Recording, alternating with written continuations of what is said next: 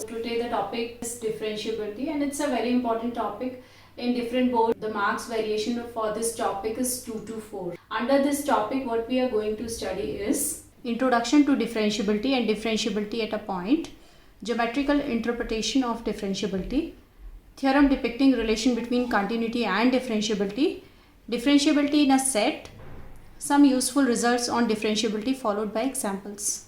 So basically, what is differentiability? First we'll discuss the differentiability at a point. Okay, so let fx be a real valued function defined on open interval a comma b. Okay, and let c be any point in the open interval a comma b. C belongs to open interval a comma b. Then fx is said to be differentiable or derivable at c if limit x tends to c fx minus fc upon x minus c exists finitely. Okay, so if this limit has a finite value, so then my function is derivative at c, right? How we denote this function? We denote it by f dash c or d by dx of fx at x is equal to c. Now let us check what can be the condition for the differentiability, right? It is written here that limit exists finitely. Just when my left hand limit is equal to right hand limit. So that will nothing but become my condition for the differentiability. Okay, so now let us have the condition for the existence of the limit. So left hand limit should be equal to right hand limit, right? So I can write limit x tends to c negative fx minus fc upon x minus c should be equal to limit x tends to c positive fx minus fc upon x minus c. C negative means this is my point c and the points are approaching from left towards c. If I am talking about c plus, it means the points are approaching from right to c. So limit h tends to 0 f c minus h minus fc upon c minus h minus c equals to limit h tends to 0 f c plus h minus fc upon c plus h minus c. Here what I am left with, limit h tends to 0 f c minus h minus fc upon minus h, and what this will become, limit h tends to 0 f c plus h minus fc upon, this is nothing but my left hand derivative and my right hand derivative. So whenever my left hand derivative will be equal to right hand derivative, my function will be differential. How we denote left hand derivative and right hand derivative? Look here. So it will become f dash. This is c, right? So if I am writing for left hand derivative, it will become c negative should be equal to f dash c positive. Okay. This can also be denoted by L f dash c, left hand derivative, or R f dash c. Now if my left hand derivative is not equal to right hand derivative, function is not differentiable at x is equal to c. So now let us check the geometrical meaning of differentiability. So now let us discuss the geometrical meaning of differentiability. So when we were talking about continuity of a function at a point, what does that mean? It means we can draw the graph with one stroke, right? So that was my continuity of a function. What do you mean by the differentiability? Say for example, this is my graph for y is equal to fx. My function is defined between open interval a comma b, and let us choose one point c which is in between a comma b. Maybe this is my point a comma fa, and let us take this point. Say for example, this is another point and this is another point. So let us draw the perpendicular here, here also and here also. And these points are very near to a. Let it be b and c. So my B point is very near to A and C point is also very near to A. Just to show you in the graph, I am making it far away. So say for example, if I am talking about this point, so since it is very near, I can write this point coordinates as A minus H and F A minus H, right? Now for this point, I can take the coordinates as A plus H and F A plus H, okay? So now if I want to calculate the slope of AB, so what is the slope? The slope is difference of the y coordinates upon the difference of the x coordinates, right? So what it will become? It will become FA minus H minus FA upon A minus H minus A, right? So FA minus H minus FA upon minus H. Now say for example my B point from the left hand side is approaching towards A, right? So whenever it is approaching towards A, it will move here, then we can find the slope. Slowly it moves in such a way that it coincides with A, right? So whenever it is coinciding with A, my H is tending to 0. Whenever it is approaching towards A, my H is tending to 0, right?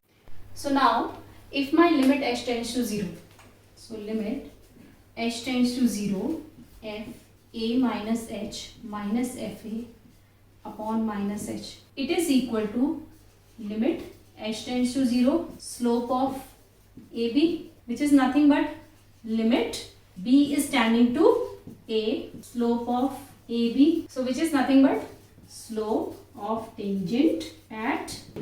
It is the limiting position of the chords moving towards A.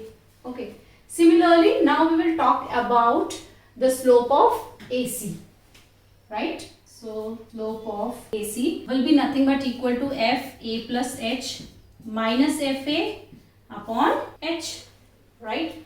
Now again if I substitute limit H tends to 0, so limit H tends to 0, FA plus H minus FA upon H will be equal to limit H tends to 0, slope of AC. Look here, whenever H is tending to 0, so this difference is, this is my A plus H and this is A. So if H is tending to 0, so it means it is, this point is moving towards A. So it means limit C tends to A, slope of AC, right? Which is nothing but slope of tangent at A, which is nothing but the limiting position of the chords from the right hand side towards A. And see, so this is my left hand derivative, this is my right hand derivative, and every time I am getting the tangent at A, it means the derivative of a function at a point exists if and only if I have a unique tangent at A. So the geometrical interpretation of differentiability at a point is nothing but a unique tangent at that point. So now let us check one theorem. If a function is differentiable at a point, it is necessarily continuous at that point, but the converse is not necessarily true. So let us check the proof.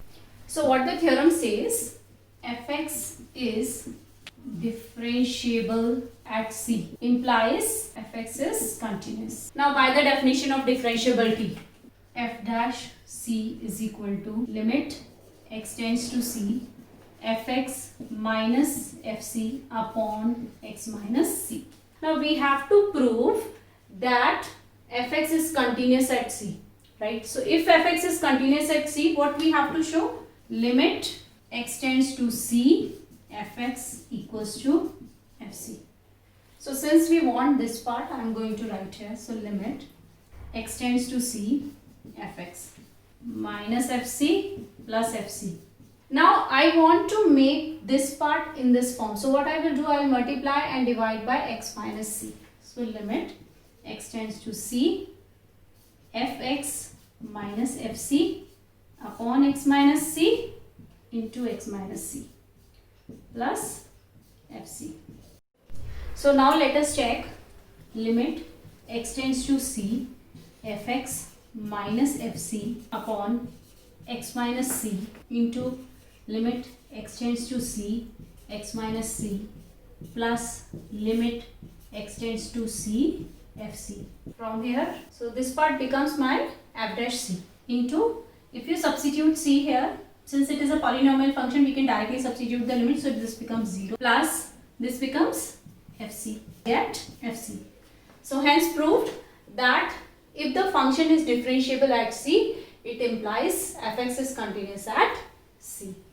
Now let us take one example in which the function is continuous but it is not differentiable. Now let us consider a function fx is equal to mod x. We know this function is continuous, right? What does continuity say? That we can draw the graph in one stretch only. So what is the graph of the function? Without lifting my pen, I am able to draw the graph of the modulus function. So it means my function is continuous, right? We are discussing here at x is equal to 0. Now let us check the differentiability of this function. For differentiability to exist, the left hand derivative should be equal to right hand derivative, right? So when I am talking about left hand derivative, what does that imply? It implies limit x tends to 0 negative fx minus f0 upon x minus 0 should be equal to right hand derivative. What is my right hand derivative? Right hand derivative is limit x tends to 0 positive fx minus f0 upon x minus limit h tends to 0 f0 minus h minus f0 upon 0 minus h minus 0. Limit h tends to 0 f minus h minus f0 upon minus h. Now substitute the values. So what you are getting, limit h tends to 0 minus h minus 0 upon minus h. So what I am getting? I am getting here minus 1. Now right hand limit h tends to 0 f0 plus h minus f0 upon 0 plus h minus 0. Limit h tends to 0 fh minus f0 upon h. Limit h tends to 0. So I am getting 1. So look here, my left hand derivative is not equal to right derivative. Hence my function is not differentiable at x is equal to 0. Whereas it is continuous at x is equal to 0. So it shows that continuity does not yield to differentiability, whereas differentiability yield to continuity. Let's take this question. Show that fx is differentiable at x is equal to 3. Also find aggression. Now let us take the differentiability at 3. So first we'll calculate the left hand derivative. So limit x tends to 3 negative fx minus f3 upon x minus 3, right? So limit h tends to 0 f3 minus h minus f3 upon 3 minus h minus 3, right? So limit h tends to 0 f3 minus h. We will take this function, right? So 12 3 minus h minus 13 minus f3. We have to find f3. So equality sign is here, right? So means f3 can be calculated from here only. So 12 into 3 minus 13 upon minus h. Okay, so now look here, limit h tends to 0, 36 minus 12h minus 13 minus 36 plus 13 upon minus h. So we are left with 12. Now let us check similar right hand derivative. Limit x tends to 3 positive fx minus f3 upon x minus 3. Limit h tends to 0 f3 plus h minus f3 upon 3 plus h minus 3, right? So limit h tends to 0 2 3 plus h whole square plus 5 minus the value of f3 I can calculate from this function only. So 12 into 3 minus 13 upon h. Limit h tends to 0. Solve this part. A plus b whole square 9 plus h square plus 6h plus 5 minus 36 minus 13, you are getting 23, right? Upon h. Limit h tends to 0. Here I am getting, so 23 plus 2h square plus 12h minus 23 upon h. Here you can take out h common, 2h plus 12 upon h. Cancel. So I am getting here 12 after substituting the limit. So my left hand derivative is also 12, right hand derivative is also 12. It means my function is differentiable at 3. F dash 3 negative equals to f dash 3 positive, and it is equal to 12. So hence f dash 3 equals to 12.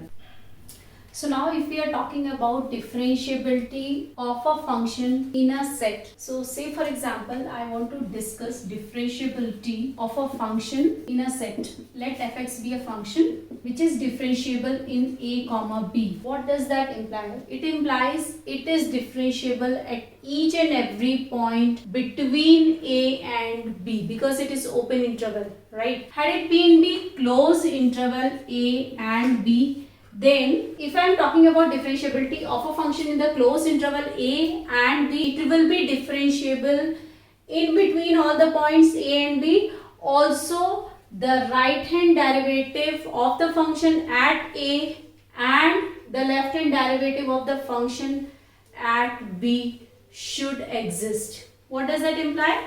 It implies that right hand derivative at a and left hand derivative at b should exist, then only my function will be differentiable in the closed interval a comma b. It means limit x tends to a positive fx minus fa upon x minus a, and left hand derivative, what does that mean? Limit x tends to b negative fx minus fb upon x minus b should exist. So there are some useful results on differentiability. Every polynomial function is differentiable at each x belongs to R. The exponential function a raised to the power x for a greater than 0 is differentiable at each x belongs to R. Every constant function is differentiable. The logarithm function is differentiable at each point in its domain. Trigonometric and inverse trigonometric functions are differentiable in their respective domains. The sum, difference, product and quotient of two differentiable functions is differentiable. The composition of differentiable function is a differentiable function. So now let us take this question. If for the function phi x is equal to lambda x square plus 7x minus 4 and phi dash 5 is equal to 97, find the value of lambda. Now students, we already just now I told you that polynomial function is differentiable everywhere, right? So what does that imply? So it implies that the derivative of the function at 5 exists. So since phi x is polynomial function, hence limit x tends to 5 phi x minus phi 5 upon x minus 5 equals to phi dash 5. Substitute the values now. Limit x tends to 5 lambda x square plus 7x minus 4 minus, substitute the values, lambda 5 square plus 7 into 5 minus 4 upon x minus 5 equals to 97. Limit x tends to 5 lambda x square plus 7x minus 4 minus 25 lambda minus 35 plus 4 upon x minus 5 equals to 97. 4 and 4 get cancelled. Limit x tends to 5 lambda x square minus 25. From this part and this part I can take out 7 common, so x minus 5 upon x minus 5 equals to 97. Factorize and take out x minus 5 common here. So lambda x plus 5 plus 7 upon x minus 5 equals to 97. I can cancel x minus 5, substitute x is equal to 5, so 10 lambda plus 7 is equal to 97, lambda is equal to 9. So now we have been given this question, if fx, it is defined in such a way, is everywhere differentiable, find the values of a and b. Since it is differentiable everywhere, right? So let us check. For x less than 1, it is a polynomial function, so obviously it will be differentiable everywhere. For x greater than 1, also it is a polynomial function, so it will be differentiable everywhere for x greater than 1. Now it means to find the values of a and b, we have to take the differentiability at x is equal to 1. Okay, so let us discuss differentiability at x is equal to 1. Now if my function is differentiable at x is equal to 1, it means it will be continuous at x is equal to 1 also, right? So when I am talking about continuity at x is equal to 1, so it means limit x tends to 1 negative fx is equal to limit x tends to 1 positive fx, right? So what does that imply? Limit h tends to 0 f1 minus h is equal to limit h tends to 0 f1 plus h. Substitute 1 negative, we'll take this function, substitute the value. So limit h tends to 0 1 minus h whole square plus 3 1 minus h plus a equals to limit h tends to 0 1 plus h b 1 plus h plus 2. Substitute the limit. So I am getting 1 plus 3 plus a is equal to b plus 2. So what does that imply? It implies 2 plus a is equal to b. So this is my first equation. So now let us check this is about continuity. Now let us check the differentiability. Differentiability when I am talking, so left hand derivative will be equal to right hand derivative. So it means limit x tends to 1 negative fx minus f1 upon x minus 1 is equal to limit x tends to 1 positive, fx minus f1 upon x minus 1. Let us substitute the values now. Limit x tends to 1 negative, this function will come x square plus 3x plus a minus f1 value we can calculate from here. So my fx function is x square plus 3x plus a. So if I want to find f1, it will become 1 plus 3 plus a, 4 plus a. So I'll substitute here 4 plus a upon x minus 1. Similarly this side, limit x tends to 1, my fx is bx plus 2, bx plus 2 minus this is 4 plus a upon x minus 1, limit x tends to 1, solve this, so I am getting x square plus 3x minus 4 upon x minus 1 equals to limit x tends to 1, what I am getting here, bx minus 2 minus a upon x minus 1. Now let us take this part. I can factorize the numerator part. So limit x tends to 1, x plus 4 into x minus 1 upon x minus 1, right? And here, from here if I take out minus sign common, right? So I'll get 2 plus a. From here I can substitute the value of 2 minus a. So limit x tends to 1, bx minus bracket 2 plus a upon x minus 1. Substitute the limit, 5 equals to limit x tends to 1, bx minus b upon x minus 1. So 5 is equal to limit x tends to 1, b x minus 1 upon x minus 1. So b is equal to 5. So I got my value of b as 5. Now I will substitute in the first equation to get the value of a. So a plus 2 equals to 5. This is from first, get the value of a minus 3. So this is the way to get the value. If you have been provided a function is differentiable, you have to use the concept of continuity also, because you have to find the two unknown variable. For that I should have two equations. Now let us take this question. Show that the function fx is equal to mod x plus 1 plus mod x minus 1 for all x belongs to R is not differentiable at x is equal to minus 1 and x is equal to 1. So let us define fx is equal to, so we have when x is less than minus 1, when x lies between minus 1 and 1, and when x is greater than 1. So we'll define this part. So pay attention here. I have here minus 1 and 1. Whenever you substitute any value before minus 1, say for example minus 2, so this will become negative and this will also become negative. So it will be the case. Okay. Now if it lies between minus 1 and 1, so if I substitute any value between this, we'll check what we are getting. So say for example if I substitute 0, here I am getting positive and here I am getting negative. Now whenever my x greater than 1, so then if you substitute x greater than equal to 1, say for example 2 we are substituting, both the places we are getting a positive value. My function becomes, so minus 2x, here it becomes 2 and here it becomes 2x. Now we'll discuss differentiability at x is equal to minus 1 and x is equal to 1. So differentiability at minus 1. Okay. So left hand derivative, limit x tends to minus 1 negative fx minus f minus 1 upon x minus 1. So limit h tends to 0, f minus 1 minus h minus f minus 1 upon minus 1 minus h plus 1. So now what I am getting, limit h tends to 0, will substitute the value of the function. This is my value of the function, minus 2 minus 1 minus h minus. Now how will get the value of minus 1? See here, so it is minus 1, at minus 1 it is 2. So 2 upon minus h. Limit h tends to 0, plus 2 plus 2h minus 2 upon minus h. If I substitute the limit, what I am getting? I am getting minus 2. Now let us take the right hand derivative. Limit x tends to minus 1 plus fx minus f minus 1 upon x minus of minus 1. Limit h tends to 0, f minus 1 plus h minus f minus 1 upon minus 1 plus h plus 1. So limit h tends to 0, f minus 1 plus h is 2 minus 2 upon h. So what I am getting? 0. Here my left hand derivative is minus 2 and right hand derivative is 0.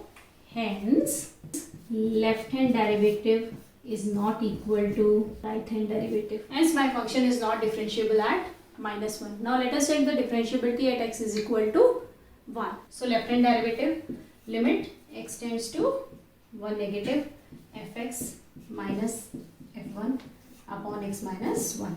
Limit h tends to 0 f1 minus h minus f1 upon 1 minus h minus 1. Limit h tends to 0 f1 minus h will get from here. So 2 minus f1 we will get from here. It is 2x. So 2 into 1 will become 2 upon minus h. So limit h tends to 0 0 upon minus h, which implies limit h tends to 0 0, which is nothing but 0. Now let us take the right hand derivative. Limit x tends to 1 positive fx minus f1 upon x minus 1.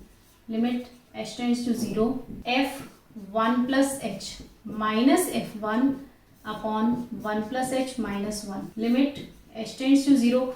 1 plus h is this part, 2 1 plus h minus 2 upon h. Already we have substituted this value here. So limit h tends to 0, 2 plus 2h minus 2 upon h. Cancel this part. So I am getting limit h tends to 0, I am getting 2. So again my here left hand derivative is not equal to right hand derivative. F dash 1 negative is not equal to f dash 1 positive. It means my function is not differentiable at x is equal to 1. In the previous section of the video, when we discussed the differentiability of the function mod x, we found that x is not differentiable at 0. So what we can deduce from here, that the function of the kind so on is not differentiable at a1, a2, an and so on, whereas it is continuous at these points. So say for example, if you get a question, give an example of a function which is discontinuous at 3 points. So you can directly write fx is equal to mod x minus 1 plus mod x minus 2 plus mod x minus 5, whatever you want.